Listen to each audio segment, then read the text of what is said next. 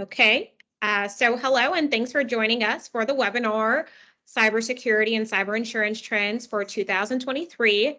Here's what you need to know. My name is Clint Lewis, and I'm the Director of Business Development here at SeedPod Cyber. For this webinar, our founder and CEO of SeedPod Cyber, Doug Kreitzberg, will share what we can expect from the cyber insurance market this year. And our security engineer, Yaswanth Chukkaluru, who has a lot of experience in cybersecurity risk assessments and compliance, will share what we can expect from the cybersecurity market. This webinar will be recorded and it will also be available on our website after this. And we have the Q&A function enabled, so please feel free to type any questions there and we will get to them at the end of the session. We hope you find some value in these topics today, and thanks again for joining us. Now I will hand it off to Doug to get started. All right. Well, thanks, Clint, and Happy New Year, everyone. Welcome to 2023. I hope the year is off to a great start for all of you. My name is Doug Kreitzberg. I'm CEO of SeedPod Cyber, and pleased to be here.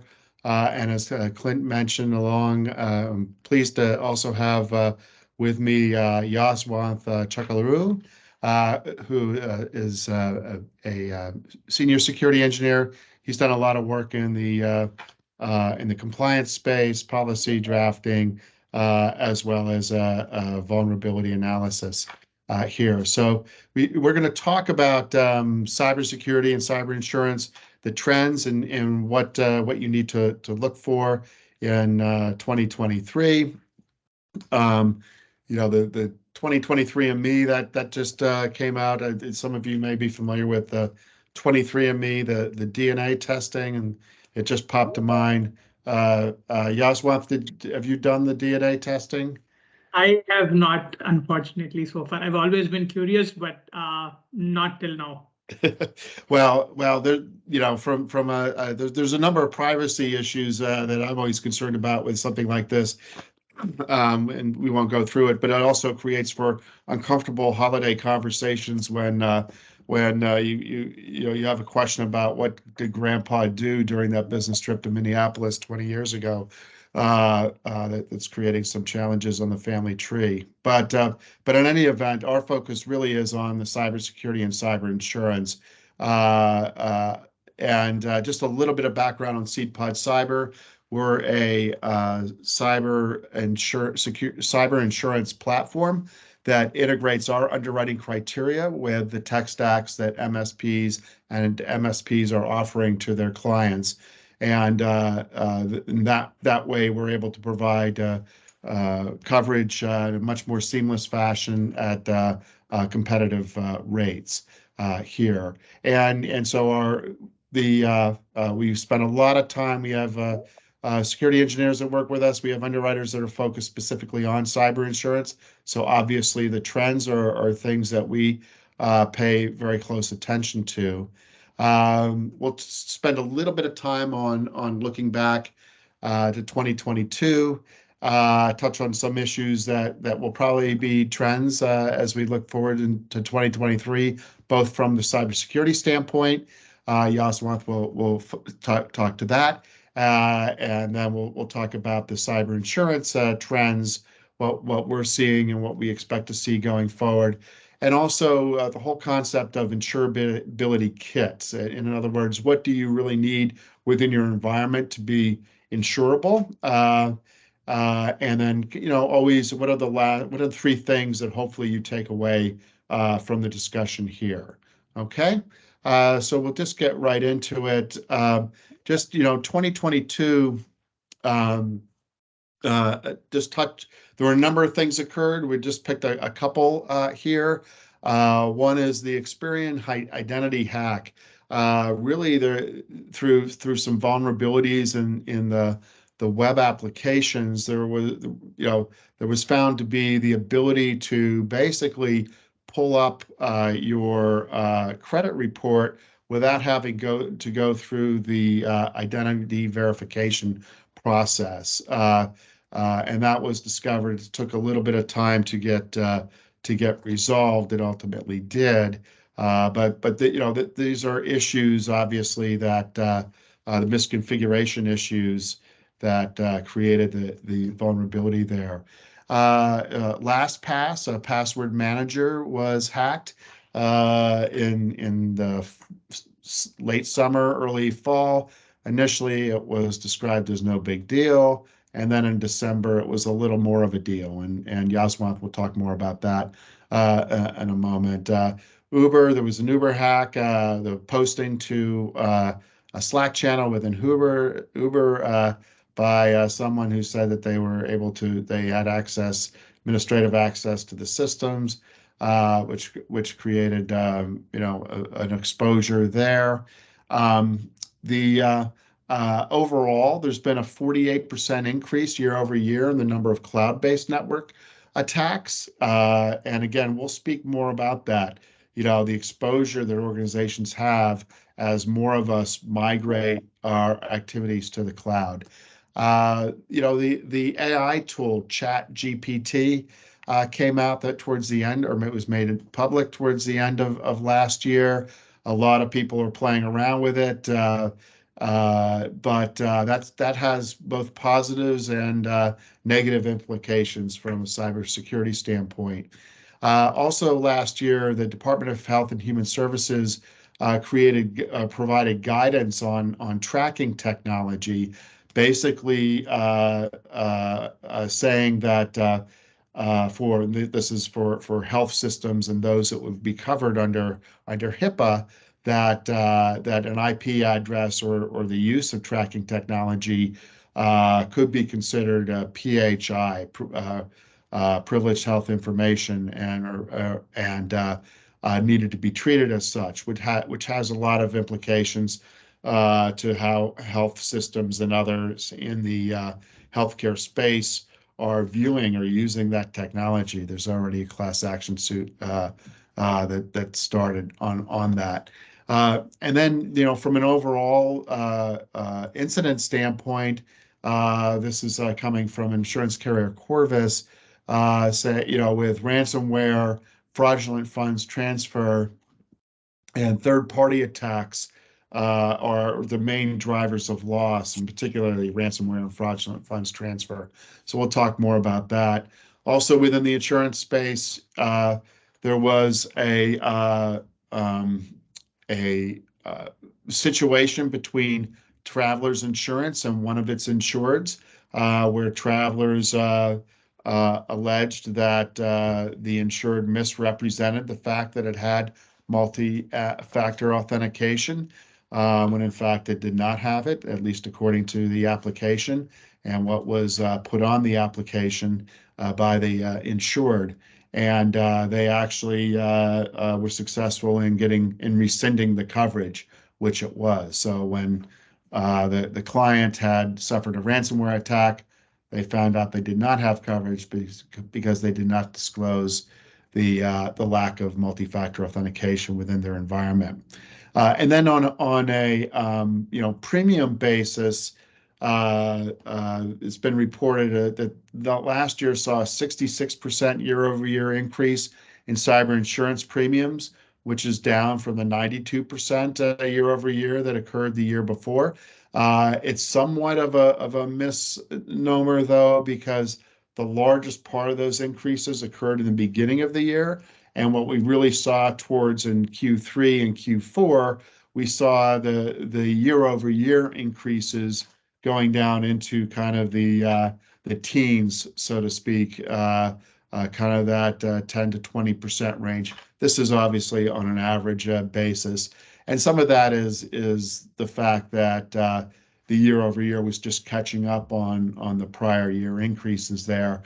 Some of it is due to the loss ratios going down year-over-year as well, and the carriers feeling that they've got enough rate, or just they almost have enough rate, and they don't need to do the same year-over-year actions they did in the years before that. And we'll talk more about that overall. So this is a snapshot of 2022. And a number of these things will lead into trends, both from a cybersecurity standpoint as well as from a cyber insurance standpoint that we'll be talking about. So I'm going to turn it over to Yaswanth, and he's going to touch on the trends in cybersecurity that we should be thinking about this year. So Yaswanth? Awesome. Thank you so much, Doug. Thank you, everyone, for joining. Good afternoon. Happy New Year.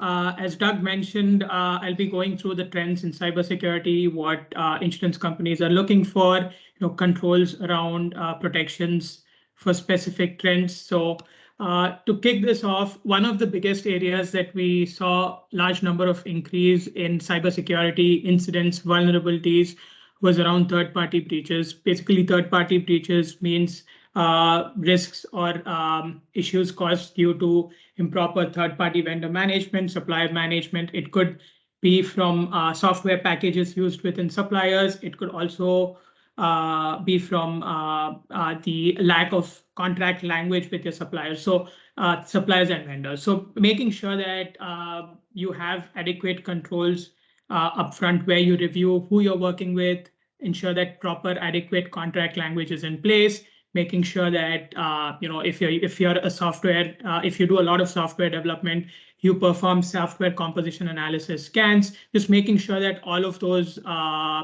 preventive controls are implemented and are assessed during the relationship. So other than that, everyone must have heard about ransomware, and it's the numbers have kept constantly increasing, the number of attacks, the dollar per incident value has gone up as well. So basically, what's a ransomware incident? It starts off with an infection or a distribution vector where someone somehow gets access to your network. Then the next phase is encrypting the data, making sure that your system is brought down to a standstill, and then there is a demand for ransom, which obviously, if you have controls in place, first of all, getting into the system would be hard. So, even if they've gotten through the system, if you have defense in depth, you encrypt your data, you protect your backups, you have adequate offsite backup storages. There are several controls that you can implement to make sure that ransomware, you can recover from a ransomware without actually paying the ransom. So the next one of the hotter topics of last year was around business email compromise, which was fraudulent fund transfer. So a scenario would be someone receives an email asking them to provide their credentials, more like a phishing email. So they provide the credentials, and then their email or their business email and password is compromised, which attacker uses to penetrate the system or to basically request for funds. So it could be used in multiple ways. So that was one of the trends. I'll stop there. Any questions or anything you want to add, Doug? No, other than with regards to, and obviously both ransomware and fraudulent funds transfer has been around some time. What seems to be occurring, at least last year, and we'll see what this year will be, is that the frequency of the fraudulent funds transfer has gone up relative to ransomware frequency. So ransomware frequency has gone down a little bit year over year. Fraudulent funds has drastically increased, but at the same time, the severity or the impact of a ransomware attack is greater on average than a fraudulent funds transfer. So it's prior to last year, the ransomware was the largest, was really the driver of insurance claims activity. This year, that's been mitigated somewhat, but transfer has really come back into the forefront. Sure. And one of the reasons to that, Doug, is given the sophistication of writing a malware for a ransomware attack is much more complex compared to a simple BEC phishing email, which the level of sophistication or the time it takes to develop a ransom attack is much more complex, and it takes more time. So that's why you've seen the BECs go up a little more, because you don't really need that much of a sophistication or technology to help or to ensure that someone clicks an email by mistake. So. Yep.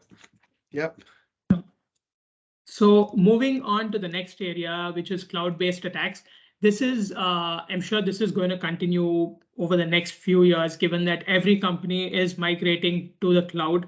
And one thing that we've seen, or me and Doug, when we talk to a lot of MSPs, the first thing that they say is that, hey, we are moving to the cloud, and we feel like we don't have to do a lot of security work because everything is in the cloud.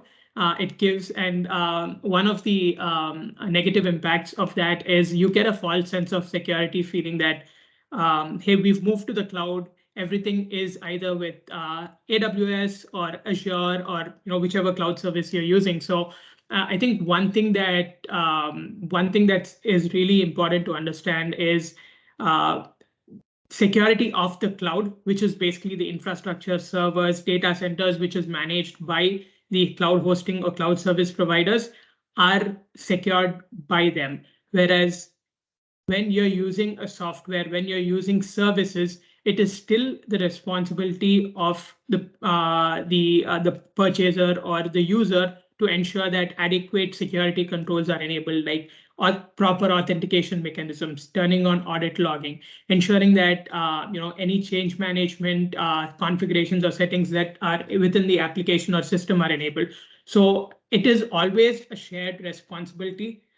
Even though you move into the cloud, it does not mean that you're not responsible for protecting the data, protecting your systems, protecting how someone gets into the application or system. So just wanted to call that out. And some of the common cloud-based attacks you see or we've seen in the past, mostly around misconfiguration when it especially comes to the cloud. So misconfiguring your EC2 instances, misconfiguring your databases so that the data can be viewed externally without proper authentication required. So these are some examples that when you're moving or migrating to the cloud, making sure that you focus on some of these configurations. And most of the documentation is available within the Trust Services Center at AWS or Azure. They give you proper guidance on how to set up applications, how to set up EC2 instances and network infrastructure as well. So I'd highly recommend making sure that all of your systems, even in the cloud, are securely configured. Moving on to deep fakes, that's something that we've been seeing a lot, especially since COVID. Everything's been remote. So deep fakes could basically take any form. But one of the more common type of attacks is basically someone impersonating someone's voice. And it actually happened, I think, a few months back, where a CEO was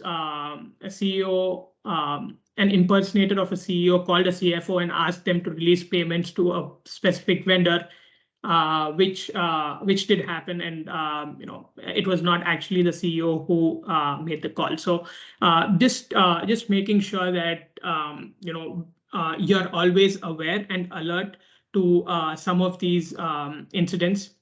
Some of the controls you could look at or things you could do is ensuring that everyone undergoes proper cybersecurity awareness training. And if there is a question, or if you are suspicious about something, it doesn't hurt to actually call or confirm with the person who's requesting information, or sending you an invoice or sending you a voicemail to release payments, right? So just taking that extra step prevents many of these attacks.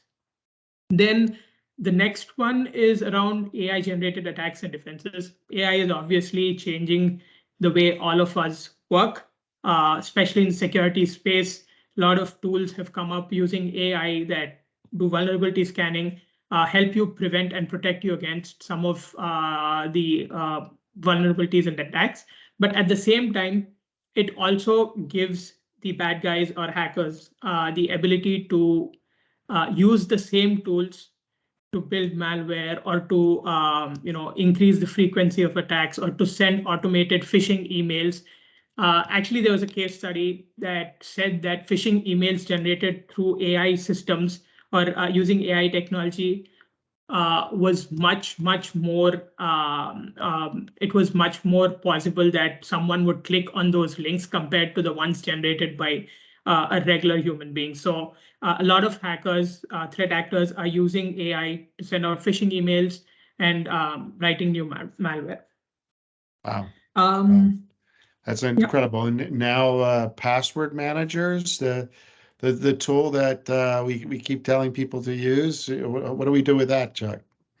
I know that's the hot topic right now in any security blog or any security conference you go to. So with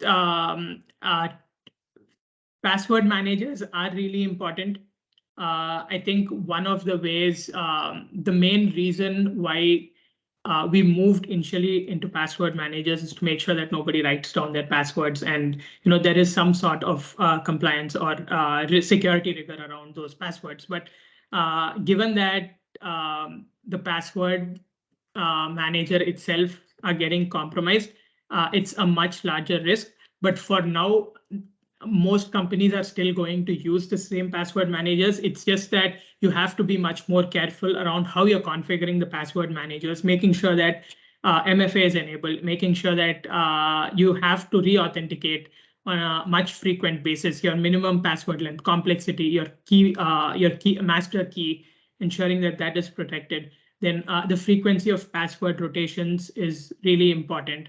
And then just making sure that, if there are multiple attempts, your lockouts are in place. So I'd say, there's been a lot of talk around going towards passwordless authentication. That is still a relatively new concept that's being discovered. Not a lot of companies or not a lot of organizations have used it. But I'd say for now, just making sure that you're using reputed password managers and configuring them right. Okay, great. Well, we'll make sure that we're doing that and communicating that out to our clients. With regards to, in terms of managing cyber risk, we talked about the trends, just talking about kind of areas of focus without going, for the sake of time, Yaswanth, without going through each one that's on this list. If you could kind of speak in overall and then maybe pick one or two that you'd like to highlight.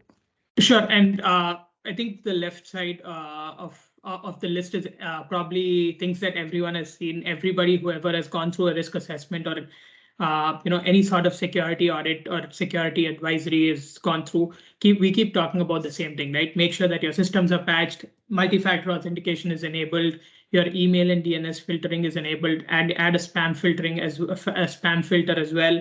Antivirus on all of your servers, all of your endpoints.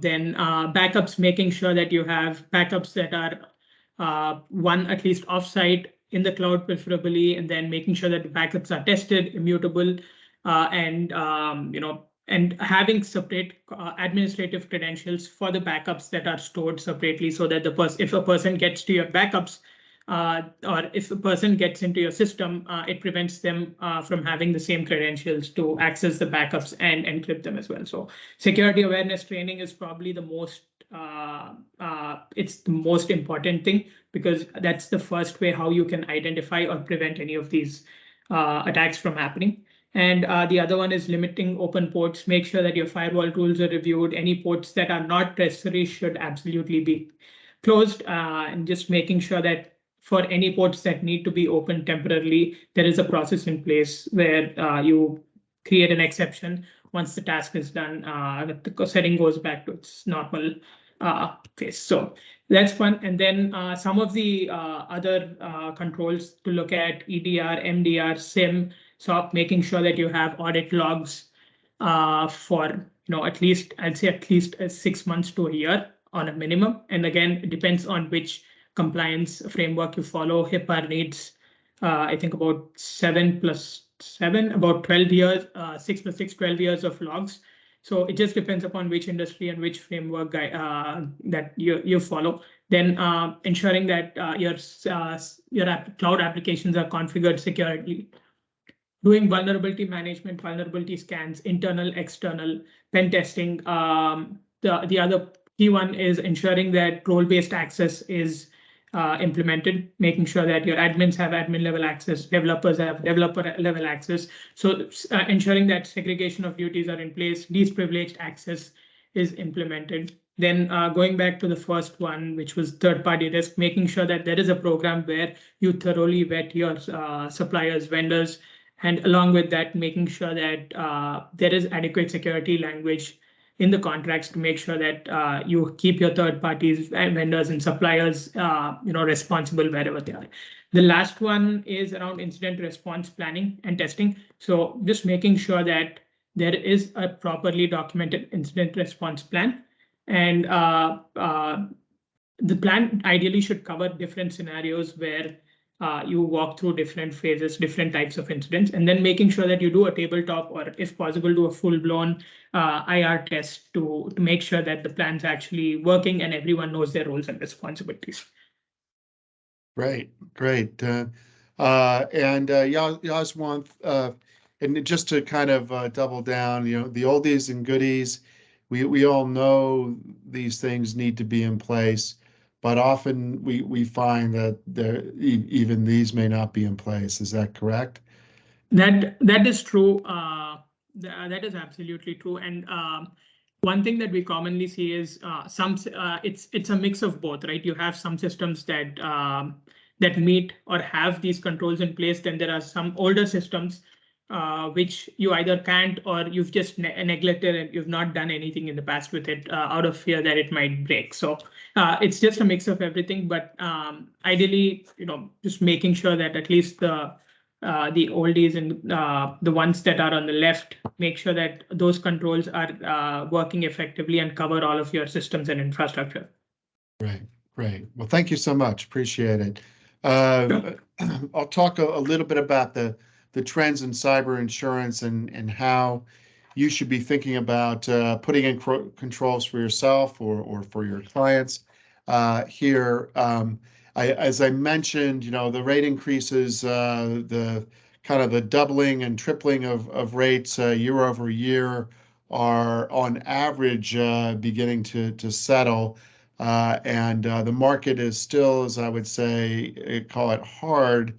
There's still, rate increases, but more so in kind of the teens as opposed to those double digits that some of you may have seen or in the past couple years. And that is due to the fact that, the loss ratios have gone down, and the loss ratio is the percentage of claims paid out over the premiums that were earned through any particular period. And that is driven still largely by the fact that the rates went up so dramatically. Claims are still there.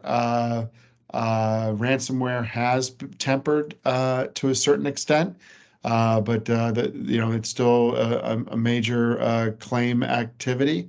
And as we talked about, the funds transfer is accelerating in terms of the frequency of attacks there, and it's likely we'll see increased or different attacks over time from different sources. The carriers, as in the past couple of years, the carriers began changing their applications, adding more questions around the security controls, what was in the environment. They expect that to continue. And we'll talk more about that in a moment. And also, expect to have more increased scrutiny over privacy practices and more questions around that, particularly if you're in the healthcare space, given the guidance from the Department of Health and Human Services there.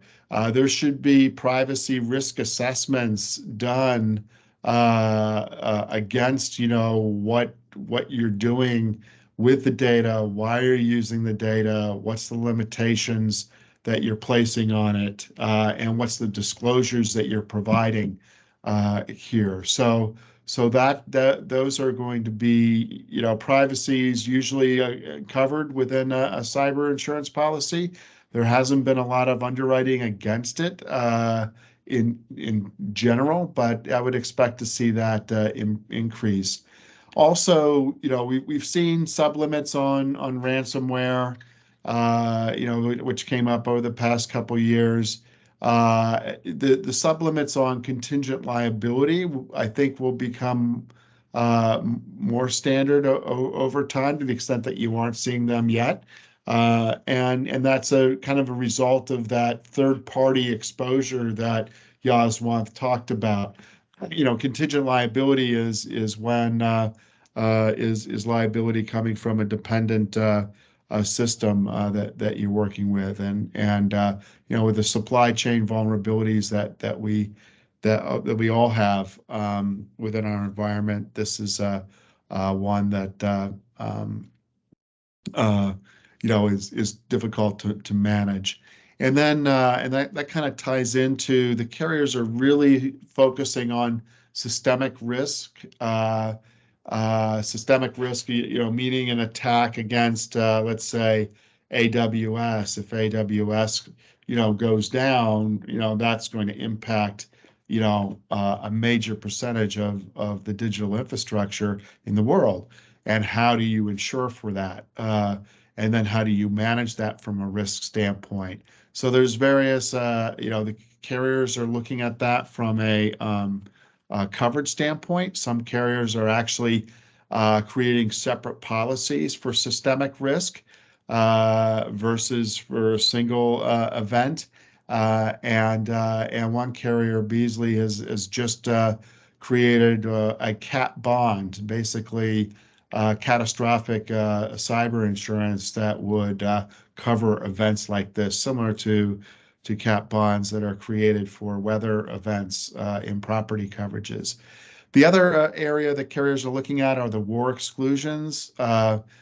Typically war exclusions are in any policy, but obviously cyber attacks can be state sponsored.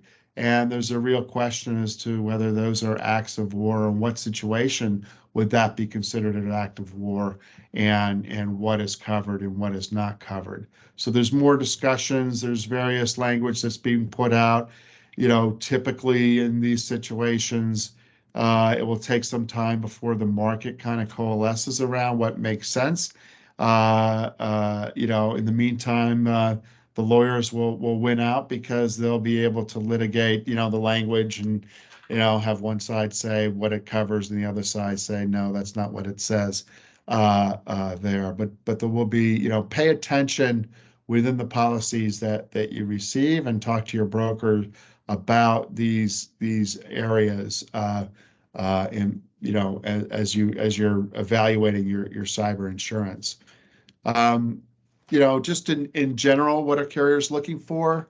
They're looking for, in terms of, deciding whether a risk is good or not, or whether they'll accept it. They're looking at business stability. How long have you been in business? Client makeup, are you overweighted with one client versus the balance of the business, et cetera. The types and volumes of data. So are you dealing with a lot of financial information or health information, and how much of that are you dealing with? The governance, how are you managing risk? Do you have someone who's identified as a chief security officer? Do you have someone who's responsible for privacy and compliance in the organization there? The industry, certainly, what industry you're in is going to have a bearing. Revenue size is usually the key initial determinant in setting pricing for cyber. The technical controls, and we'll talk again more about that. The privacy practices, I think we'll see more of that, and that will be looked at. And then, I've added, which, you would not, just honesty, just being, when you're completing those applications, making sure that you're being upfront about what you have in the environment. A lot of times the questions are phrased, require or seem to require a yes or no answer, when yes or no isn't appropriate for your organization, and feel free to add and be more clear. It's always best to be more forthcoming on the application, let the underwriter make some decisions, than have to have the claim adjuster make a decision, or the attorney representing the carrier make a decision at claim time here. From the standpoint of basic insurability, I mean, a lot of these are on the oldies but goodies list, right? With perhaps endpoint detection and response, and SaaS security being kind of additional here. What was nice to have a couple years ago, is now table stakes today. You really need to have that endpoint detection and response. You should have multi-factor authentication, certainly within for all remote access, and then for privileged access on a local basis, et cetera here. And then, just in terms of the enhanced insurability, what you can have in place to improve your security, and as well as to improve your ability to be insured and to get the most favorable pricing. Really, a number of these other things in place: the vulnerability management, presence of a SIM or SOC, penetration testing, third-party management, zero trust, or that kind of really role-based access control there, and making sure you're doing privacy risk assessments. Yaswanth, is there anything that you want to kind of speak to as you look at this list? No, I think we've covered all of the areas, Doug, especially, again, key areas. Think about MFA, just protecting the keys to the kingdom, ensuring that security awareness training is done, backups, patching, encryption at rest, encryption in transit, having an incident response plan. The other area that I'd like to call out that's not really on here is identifying a way to better protect your administrative and privileged accounts, exploring privileged account management solution. But other than that, I'd say maybe add a business continuity and disaster recovery plan as well. So, right. Good points. Let's see. We want to leave you with three things. We've given a lot of information, and it is recorded, so you'll be able to download it and play us at 2x speed to go through it quickly. But making sure when you're talking about insurance, the cyber insurance, the Techie cyber, that you are working with someone who knows and understands the product from an insurance standpoint, as well as knows and understands cybersecurity. It's becoming more and more of a specialized product category, and you're going to want that type of expertise to guide you in terms of making the right decisions with regards to your cyber insurance. You also make sure that you've got a strong IT team that knows cybersecurity. It is in and of itself a specialty within IT, and it requires certain expertise. And if you're managing IT for your company, you don't have the strength internally or the expertise internally, there's organizations that can help you with that, to support you there. And then as a business owner, recognize that at the end of the day, you're running a digital business, regardless of what you're doing or what business it is. And as a result, the risks, you have additional risks to your business, these cyber risks, as we call it here.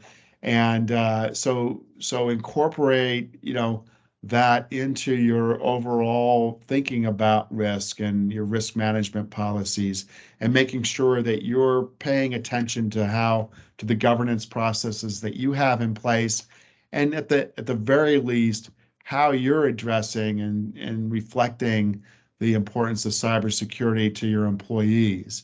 As we've talked about through this, a lot of the risks, a lot of the incidents really drive from human actions, right?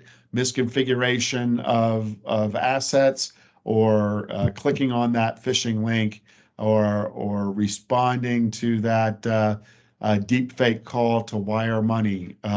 All these are a human, generated incident.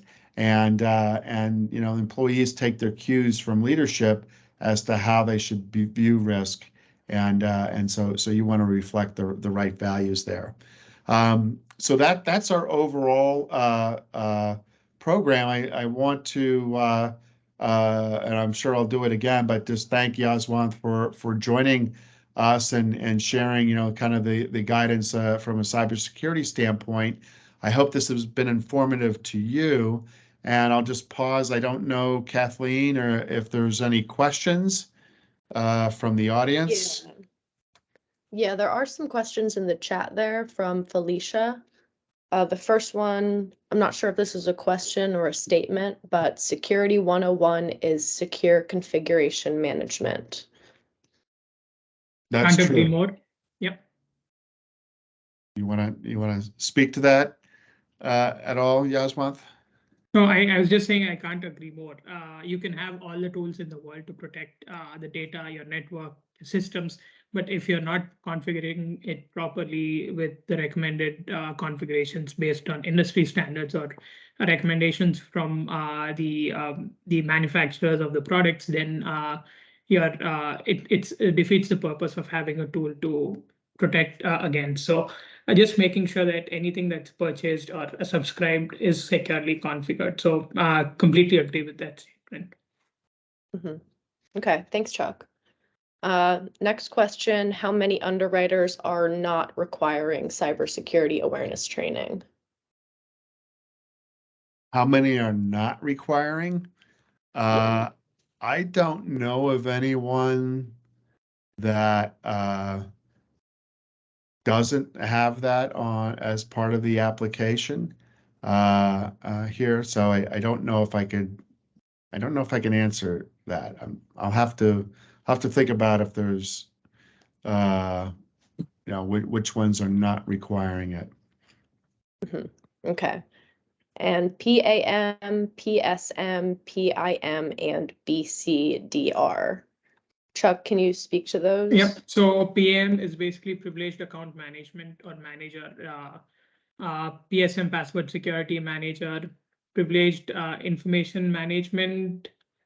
So basically all of these are different types of tools you use to ensure that you have adequate controls around your administrative accounts, privileged accounts, service accounts. I've seen a lot of companies use implement or use privileged account management tools to manage their service accounts as well. So just making sure that you have another tool that's used to protect your keys to the kingdom or your privileged credentials is what the applications stand for.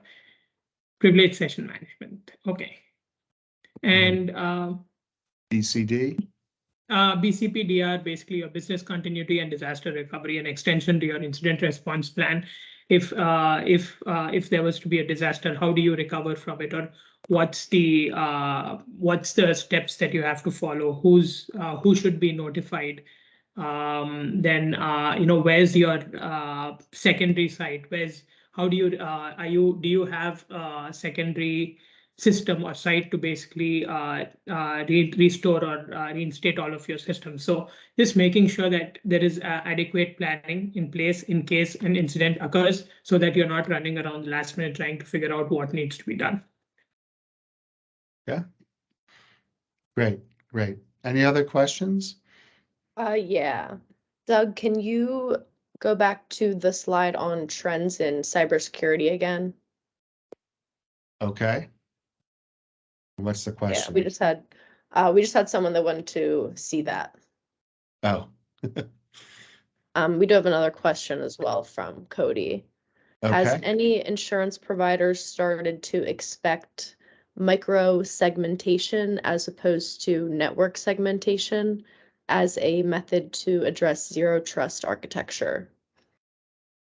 I would say the carriers haven't really aren't there yet. It's a great question.